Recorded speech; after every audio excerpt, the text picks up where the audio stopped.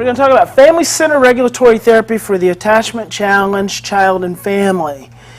And what is significant about the work that we do from a regulatory perspective in relation to children who struggle with attachment issues is that we always work with the entire family. And as a therapist, I don't work with children by themselves. I always start with the family. I only work with the family, and I always start with the parents. So I'm going to talk to you today about the family-centered regulatory therapy approach with attachment-challenged children. And as most of you know, I don't believe in the terminology attachment disorder, even though it's what we use. It's the most common terminology that we use when we're talking about attachment, reactive attachment disorder. I don't think any of us are attachment disordered. I think that in times of stress, as I will talk a little bit about, we all can be challenged in our attachment systems. And some of us are under greater degrees of stress than others of us. And in any given time, in any relationship, we can have attachment disruptions. So usually when we talk about an attachment disorder, we're talking about someone who's broken, someone who is in a state of disrepair, someone who possibly has to be treated with medication, and someone who is fundamentally pretty difficult. That's usually, especially when we talk about children. And the significance of that is it would be okay if it was just disorder in the context in which a disorder really occurs, which is a state lacking order, a temporary state lacking order. But when we think disorder, we think medical model disorder, which typically does not necessarily reinforce a temporary state lacking order, but rather a state that's broken, a state that's sometimes hard to change or to fix or what have you. So we're going to talk about the family-centered approach, the way in which we work with attachment-challenged children and families today. First, I'd like to start off with this poem. I believe it is it's profound in the way that it speaks to all of us individually, and not only as us as therapists, but us as therapists in relationship to our patients, and our patients, which in this situation is going to be our parents, in relationship to their children. So this impacts all of us. It says, our deepest fear by Marianne Williamson. Our deepest fear is not that we are inadequate. Our deepest fear is that we are powerful beyond measure. It is our light, not our darkness, that most frightens us.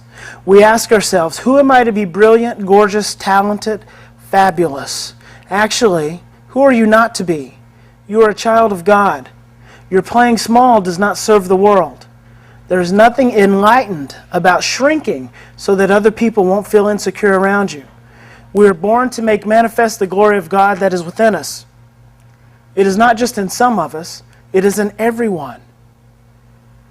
And as we let our own light shine, we unconsciously give other people permission to do the same. As we are liberated from our own fear, our presence automatically liberates others. As we are liberated from our own fear, as therapists, as parents, as adults in relationships, then the presence we can create from the liberation of our own fear automatically creates a new space for the people that we're in relationship with.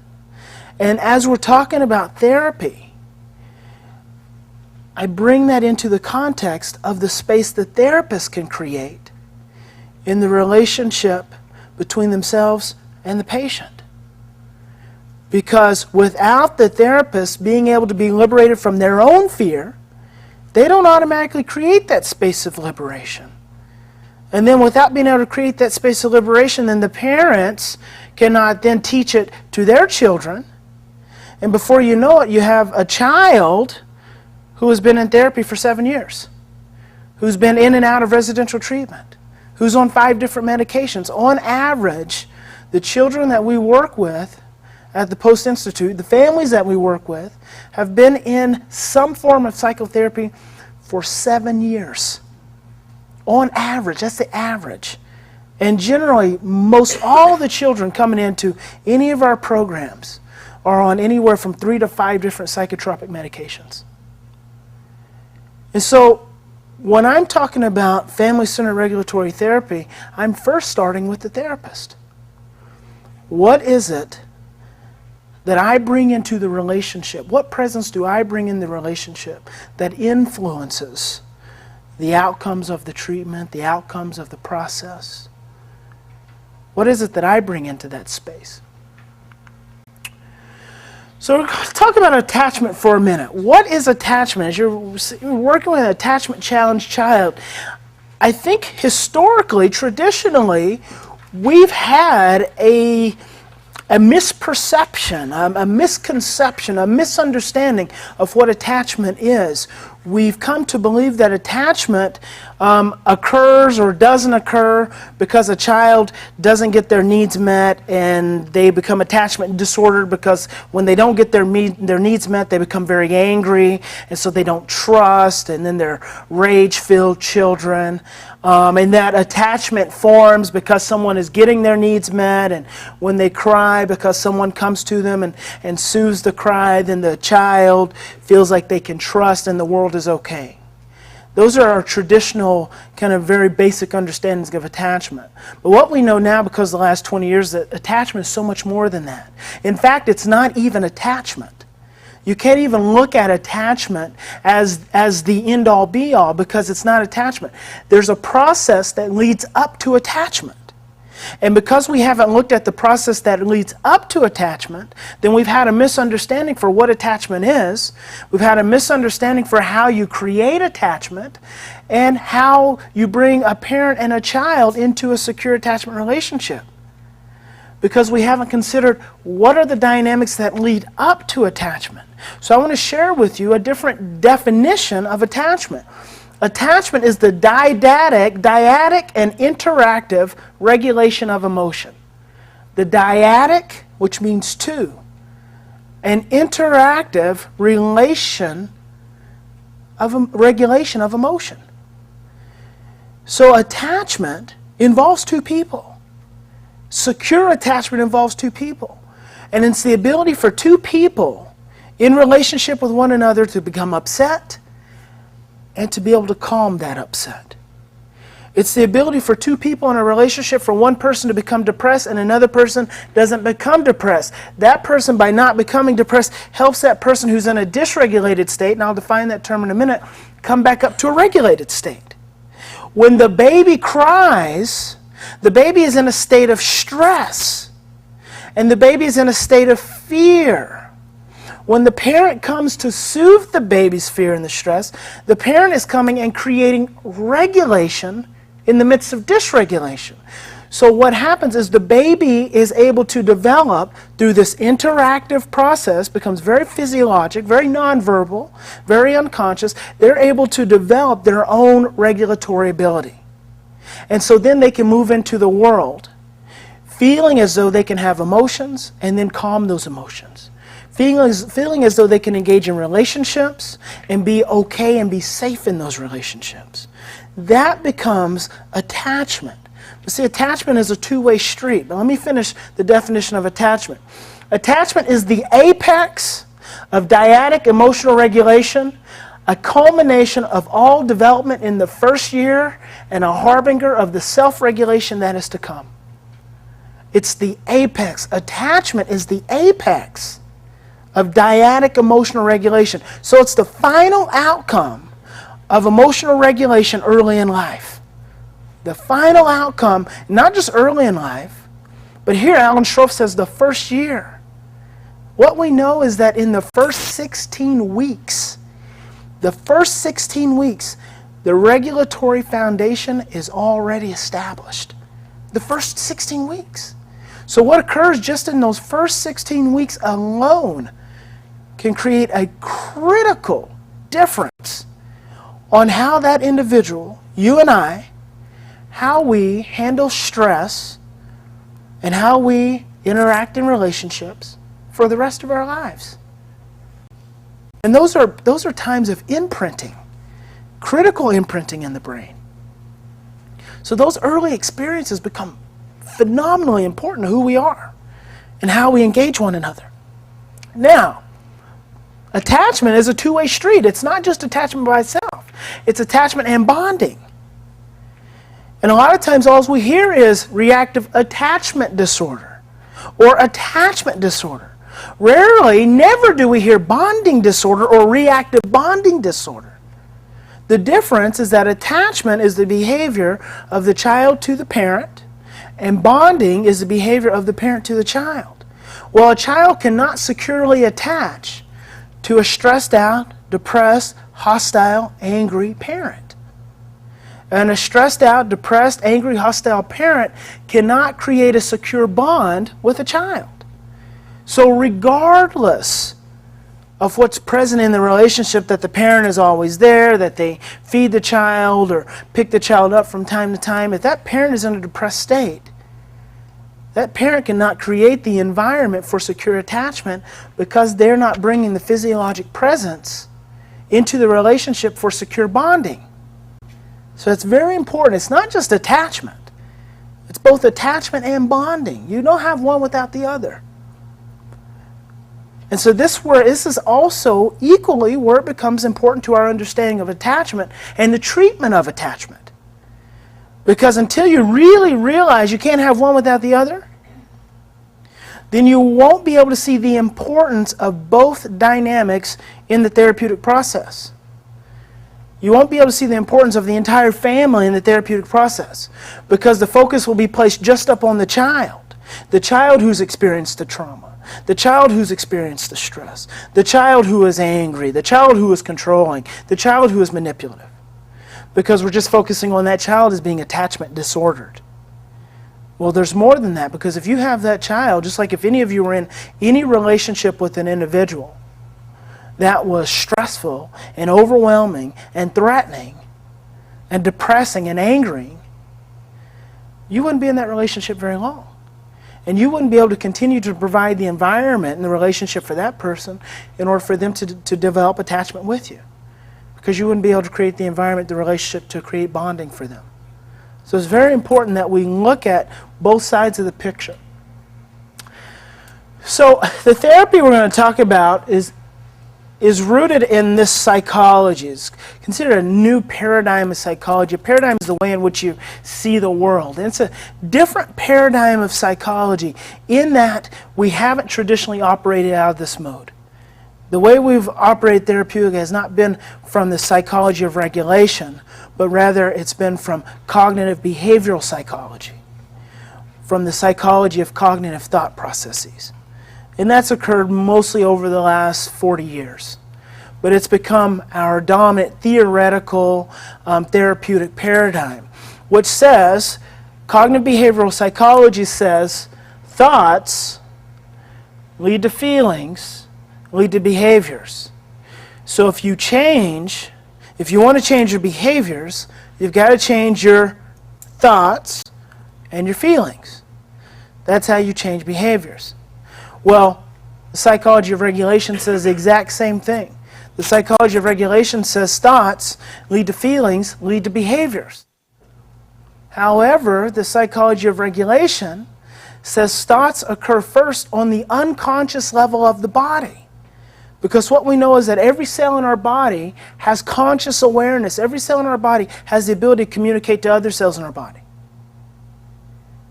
And that's the first thought process that occurs in our body-mind system. There's no separation between the brain and the body. Our first thoughts occur at an unconscious level. They don't occur up here at a cognitive conscious level.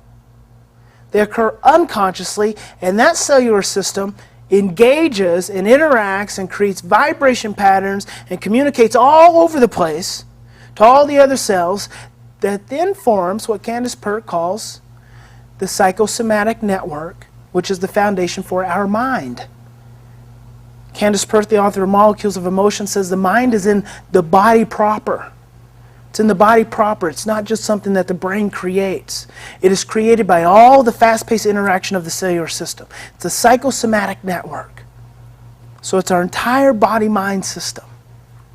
So the psychology of regulation says thoughts occur at an unconscious body level first, which creates stress, the neurophysiologic experience of stress.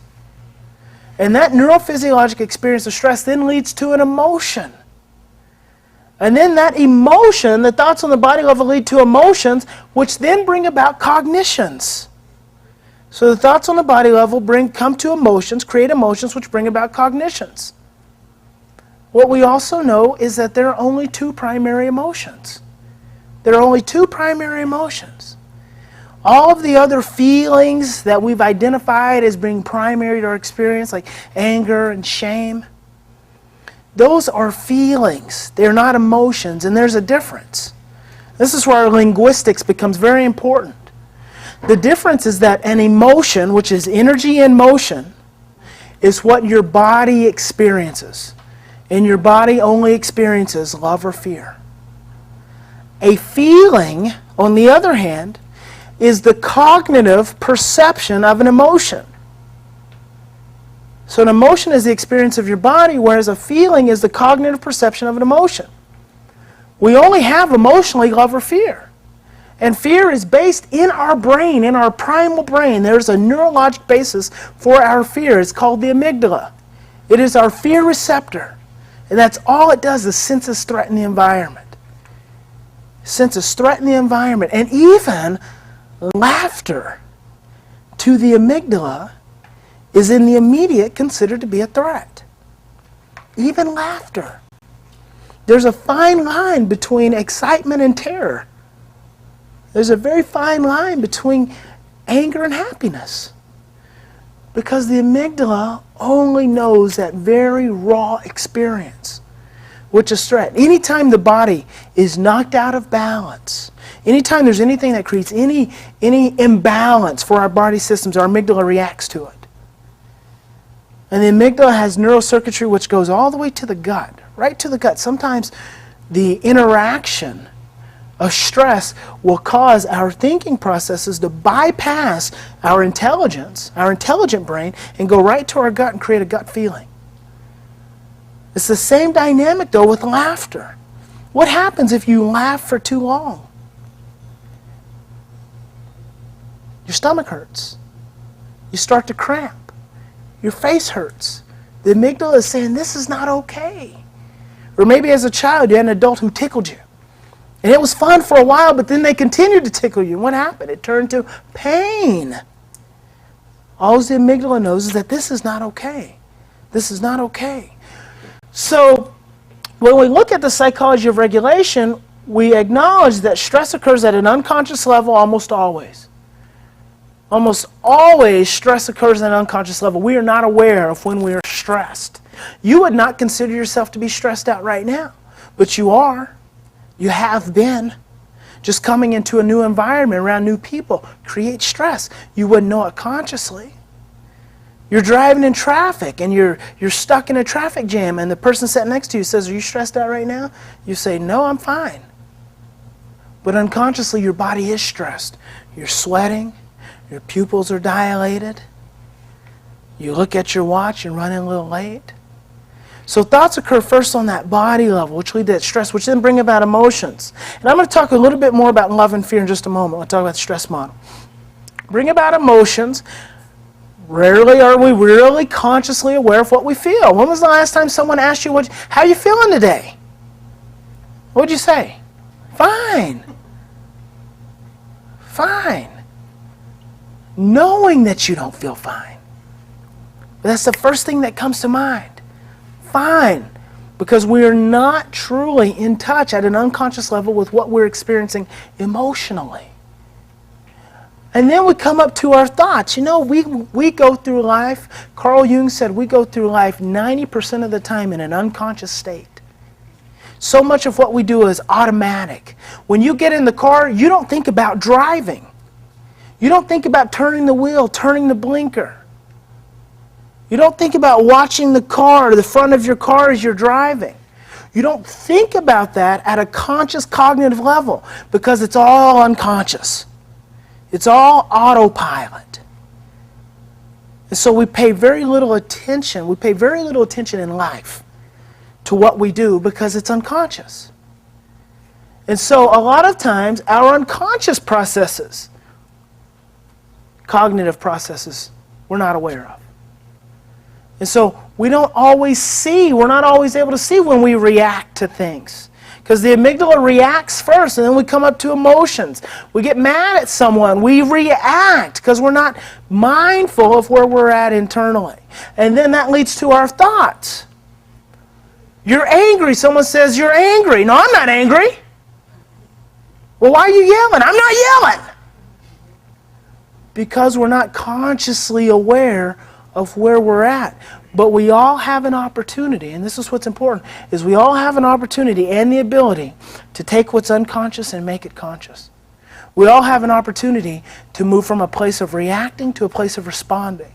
It's not an easy thing to do. It's probably one of the hardest things you'll do in your life, but we all have an opportunity to do that. So that's the psychology of regulation. Now, the stress model is the theoretical premise for all the therapy that we're going to talk about this afternoon. The stress model says all behavior arises from a state of stress. And in between the behavior and the stress is the presence of a primary emotion. As I said earlier, there are only two primary emotions, love and fear. It's through the expression, the processing, and the understanding of the emotion that we can calm the stress and diminish the behavior. The stress model is very simple. And why that becomes so difficult is because we are such a left hemisphere, cognitive, rational, analytic being. We don't like simple things. We like to take very simple things and we like to make them very complex when there's so much is very simple. So the stress model takes very complex behaviors and brings them back down to a very simple understanding. We don't have to be overwhelmed by complicated things. We don't have to be confused. But you know what causes it? Do you know what causes confusion? You know what creates complicated thoughts? Stress and fear. Stress and fear. Research says that stress causes confused and distorted thinking and suppresses the short-term memory. So the moment someone hands you something very simple, a stranger walks up to you on the street and gives you a piece of candy, you don't say thank you for that piece of candy. You think, oh my God, why is he giving me this? I'm not eating that. Is he nuts? He could have put something in it. You immediately start thinking all these scary, confused, distorted thoughts. Immediately. And I heard something on the news that the Halloween craze, and this all really came about when we were children, razor blades in the apples, and needles. And then it's like, oh my God, we got to check out the candy. There have only ever been 2 cases. There have only ever been 2 cases, reported cases, of a foreign object in a piece of candy. 2 reported cases. But we take something very simple and we make it very complex. Now that's not to say we're not to be aware, right? Of course, you kids go to strangers' houses all over the city. You want to look through the candy, you want to check it out. But how much does our fear blow up very simple things and make them very complex? So the stress model, very simple. We're going to apply it to some very complex scenarios. We can apply it to some very complex scenarios.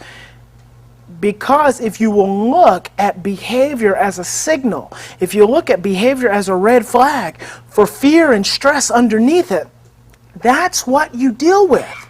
That's what you work with. You don't deal with the behavior directly. You work to deal with what's underneath it. But guess what? A lot of times behaviors threaten us. They scare us first. And when behaviors threaten and scare us, guess what we become? Stressed out and scared. So then guess what we do? And I'm even talking from the perspective of a therapist. Guess what we do? We focus on the behavior. When was the last time a parent called you and said, oh, my child, he's raging right now. He's been raging for 2 hours. And I can't get him to stop. I think I'm going to have to call 911. And immediately we go into, okay, well, what do we need to do to get him to stop raging? Or what do we need to do to make sure everyone's safe? Immediately we want to go in and manage the behavior. Immediately. So our stress and fear comes up immediately also. And we start addressing the parents right from that perspective. And I just had that happen a couple weeks ago. A mom and a dad called. Their son had been raging for 2 hours. They said, exactly, we're either going to have to call 911 or we're going to have to call the police. One way or the other. The first thing I said, from being aware of my own stress and fear, take a deep breath. Let's just calm down for a moment. There's a lot of little things going on. At one point, the 10-year-old was in the kitchen. This is what stress does. He's in the refrigerator, trying to close himself in the refrigerator. Mom says, you can't close yourself. She's on the phone. You can't close yourself in the refrigerator. You don't do that. Get out of the refrigerator. I said, Mom, go in the living room and sit down. But he's going to close himself in the refrigerator. Mom, he's 10 years old. It's not likely he can get himself in the refrigerator. And if he does, we will have plenty of time to go get him out. But as long as you keep standing there telling, from a stressed out, scared place, telling him what he can't do, he's going to keep trying to do it. And he's going to keep raging. So this went on. Mom finally got a little calmer. Dad finally came in. And they finally got the little boy. Dad was going to go in the little boy's room. He went and said, I'm going to go in your room, son, and I hope you'll come join me. Because at this point, all we're working on is calming the fear and the stress. We're not looking at the behavior. We're not looking at the raging. We're looking at the fear and the stress. Finally, he went in his room before Dad closed the door, wouldn't let Dad in. So I said, Dad, sit by the door. Sit by the door. And just let him know, I'm out here, son. So Mom went, and Mom was there too. And I said, Mom, when's the last time he's eaten?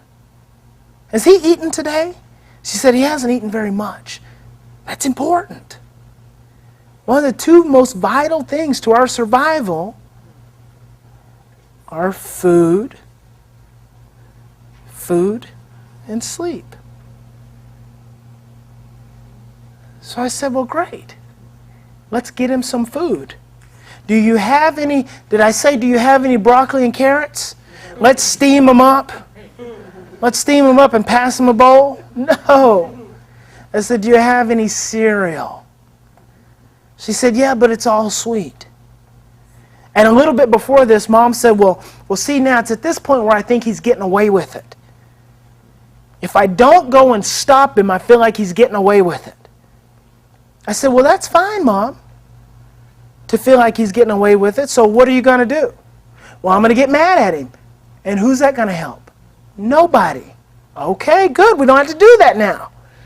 We can explore it and realize it's not going to help us, then we don't have to do it. So we get him some cereal, some Cocoa Puffs. Why? Because sweet food is attachment food, okay? Sweet food helps the system find some temporary regulation. It releases endorphins, helps the body settle. That's why when we're stressed, we eat chocolate. We don't eat broccoli. So she got him some cereal. And that was the start. That was the start.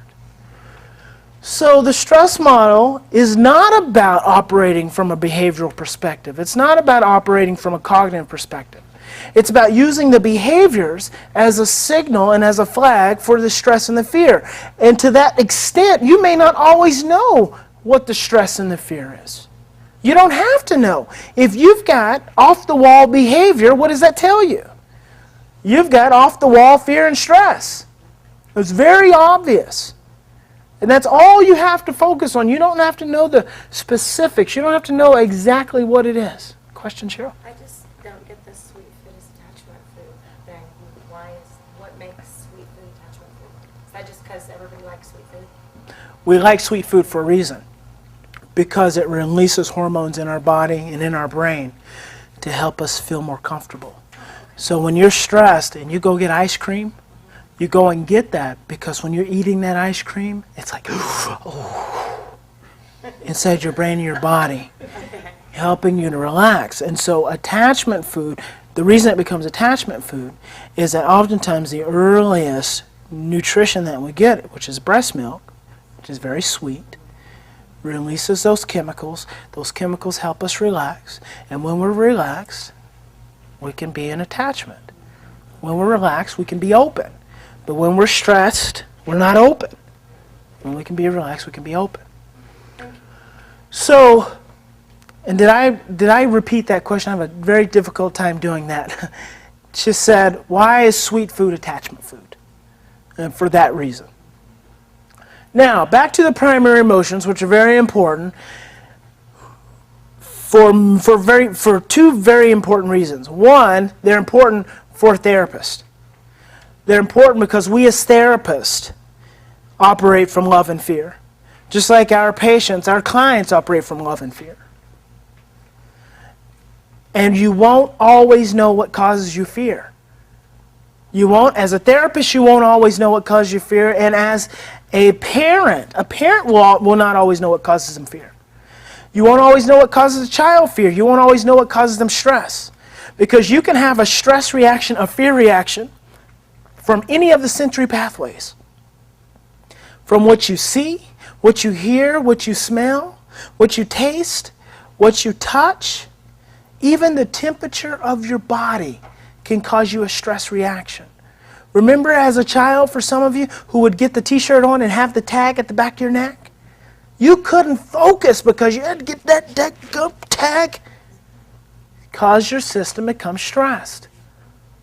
Well, let's just look at that from a stress model perspective. Your system becomes stressed. You're trying to get that tag loose, so now you're not focusing on your work.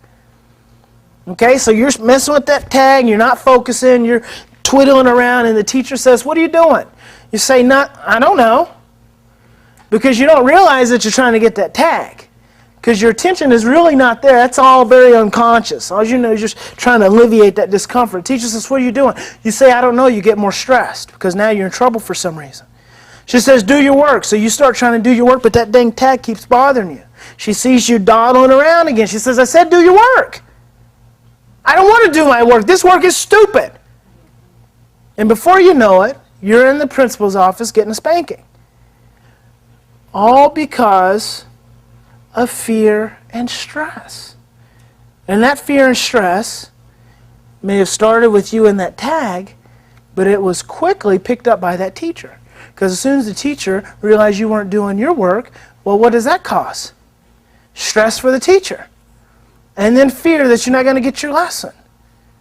And then that becomes the basis of the interaction. So you won't always know what causes you fear. You won't always know. And as a therapist, as you sit in front of your patients, you're not always going to know what causes you fear. But the foundations of that fear come from much further than just that session. The foundations for that fear, the seeds of that fear have already been planted. So we have to make an attempt to become really aware of that, to see that, to see what those fears are and how we bring those into relationship. And then we have love.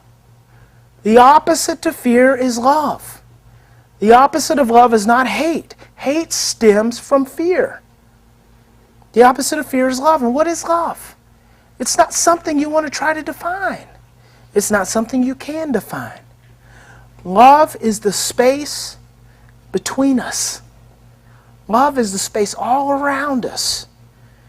It exists by itself. You don't have to do anything. You can't control it, you can't manipulate it, you can't create it. It's just a space that exists.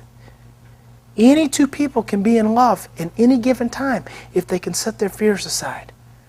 If they're willing to set their fears aside, any two people can enter into a love relationship, because they enter into love. But it's our fear that comes in and blocks that. So you have love and fear.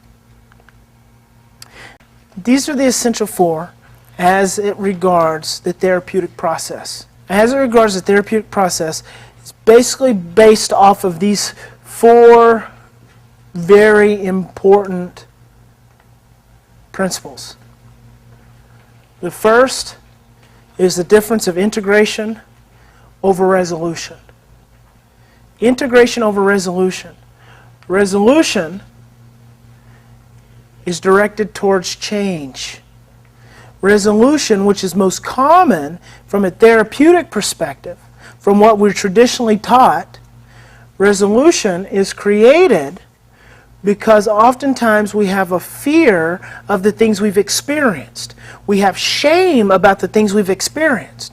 We have discomfort with the things we've experienced that bring us into therapy.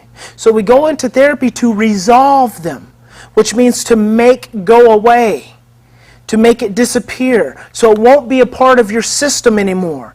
I want to just get rid of it, so it'll stop bothering me. I don't want to deal with this anymore. But the significance is that we don't resolve anything. We don't resolve a single thing. We integrate experiences. You never lose a single memory.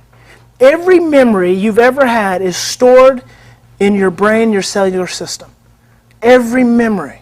But the reason those memories don't come up all the time and take over your life all the time is because they've been integrated. They have a coherent place in your life. They've been integrated into your body in a coherent fashion, and every cell holds memories. They've been integrated into a coherent fashion, so when they get triggered, the whole memory comes up and you say, I remember that. I remember this feeling. And because it's coherent, you know what it's connected to. Because it's coherent. But when it's not coherent, it's traumatic, which means it's an incoherent memory. It's a fragmented memory. It means it gets stored in the body in a way that doesn't come up in a coherent way. When a trauma gets stored in the body, which it does, it gets stored in the body, and that cell gets activated, that experience comes up in a very incoherent, fragmented way. So it comes up and all you may experience is the emotion, a flush. Oh, God, that just makes me so angry. That's all you experience. And so then oftentimes you might be very reactive because it's very incoherent. You have no idea what it's connected to.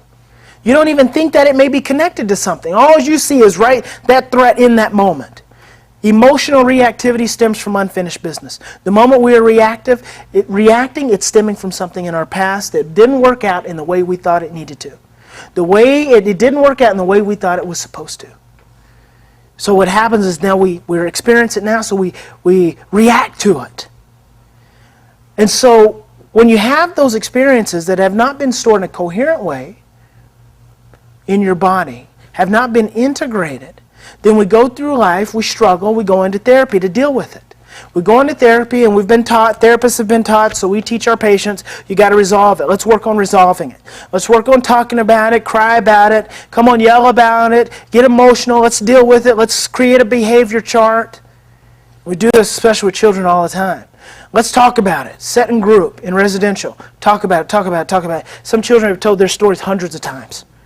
They can tell it backwards. Because we got to resolve it. We got to resolve. We got to get it out of you. And then that person, they feel a little bit better, so they're going through life, tick-tock, tick-tock, tick-tock, tick-tock, tick-tock, going through life, and all of a sudden they get stressed out. Really stressed out. Boof! Here it comes again. Oh my gosh! Feeling it again. Better get back in therapy. Get back in therapy for a while. Work, work, work, work, work. Resolved. Oh, I feel so much better. You're such a great therapist. Thank you, thank you, thank you. Go through life, tick-tock, tick-tock, tick-tock. Year, 2 years, get into a relationship, have a child, boom. Here it comes again. Oh my God, I got to get back into therapy. 3 or 4 years into therapy, you start looking in the mirror, and for something you thought was just a real struggle in your life, something you thought wasn't very pleasant in your life, 3 or 4 years later, you start looking in the mirror and you start saying, what's wrong with me? You start saying, what's wrong with my child? There's something wrong with this child, something wrong with me.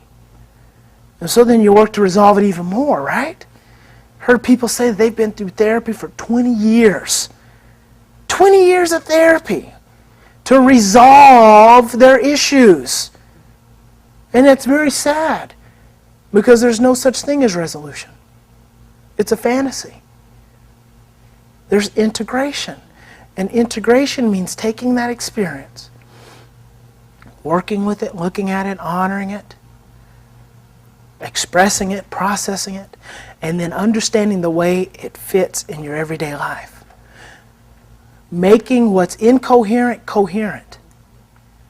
Making what's fragmented concrete. And seeing how it plays out in your life every day. And so what happens with families is we take children who have attachment disorders and we just work with the child.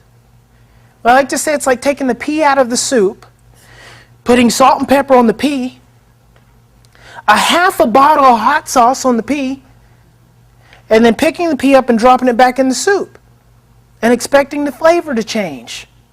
It doesn't change because everyone's involved in the stress. Everyone brings stuff to the table.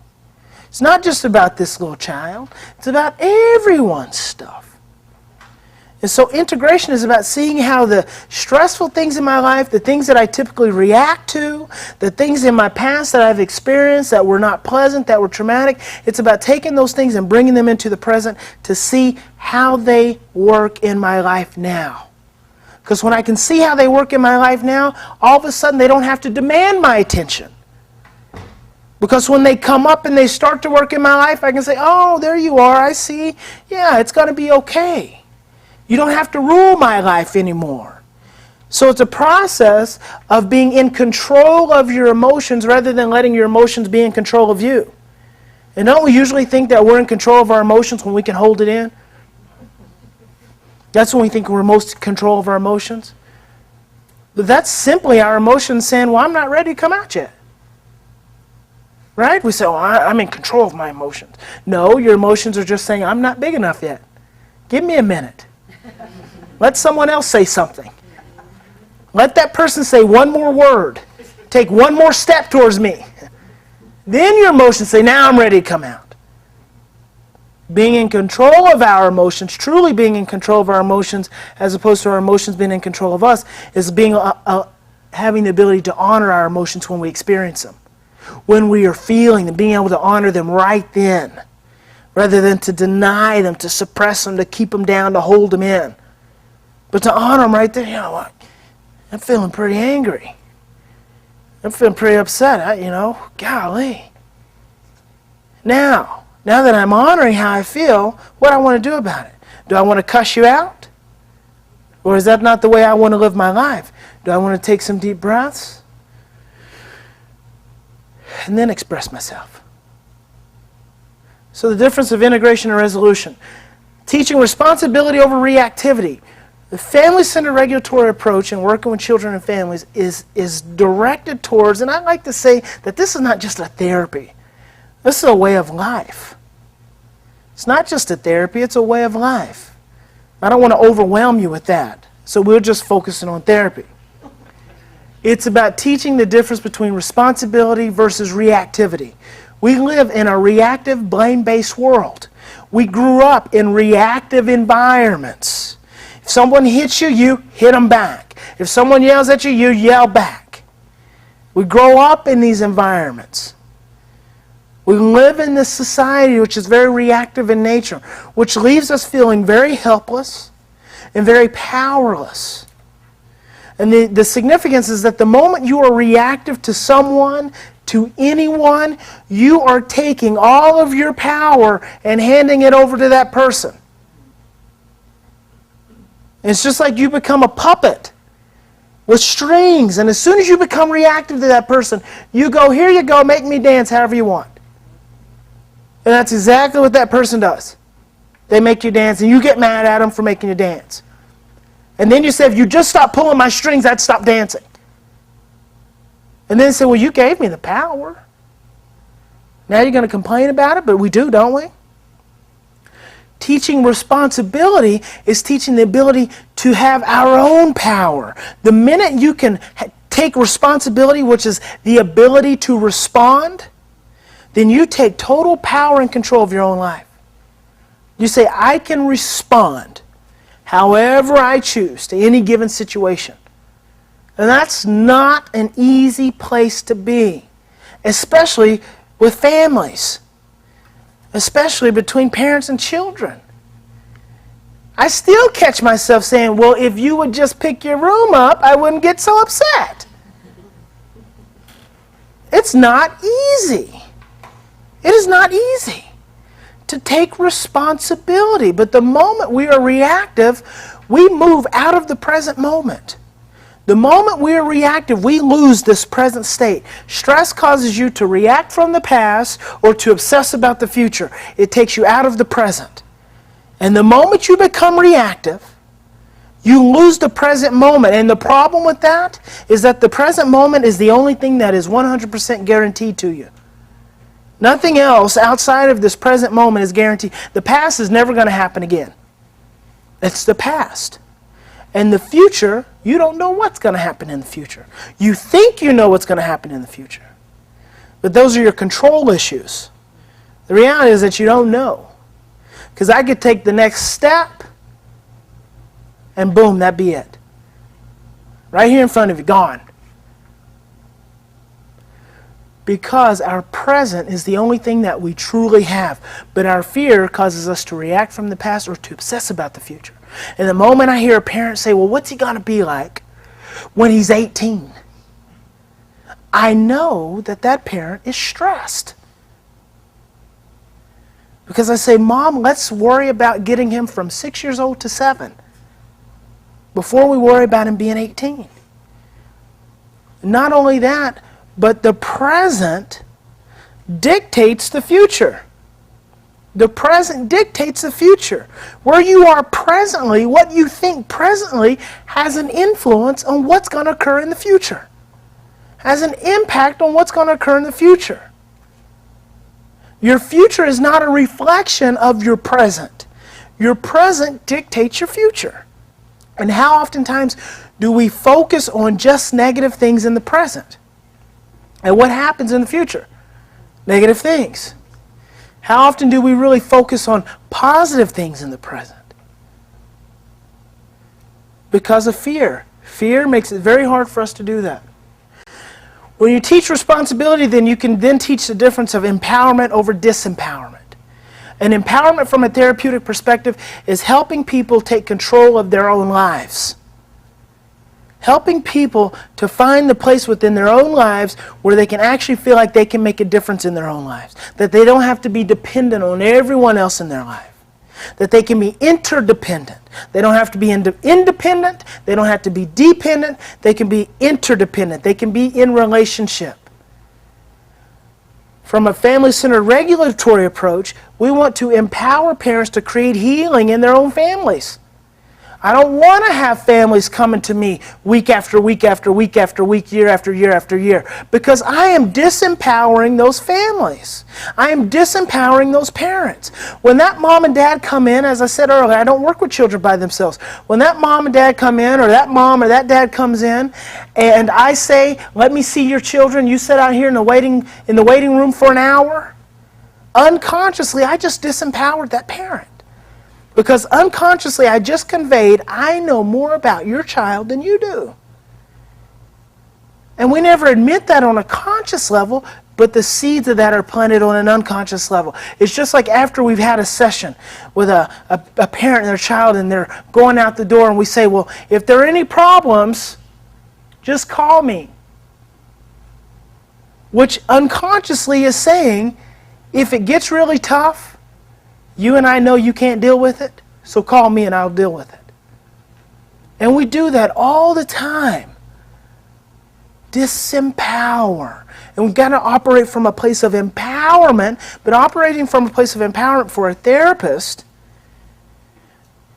means being aware that you also feel disempowered sometimes. That you also feel scared sometimes.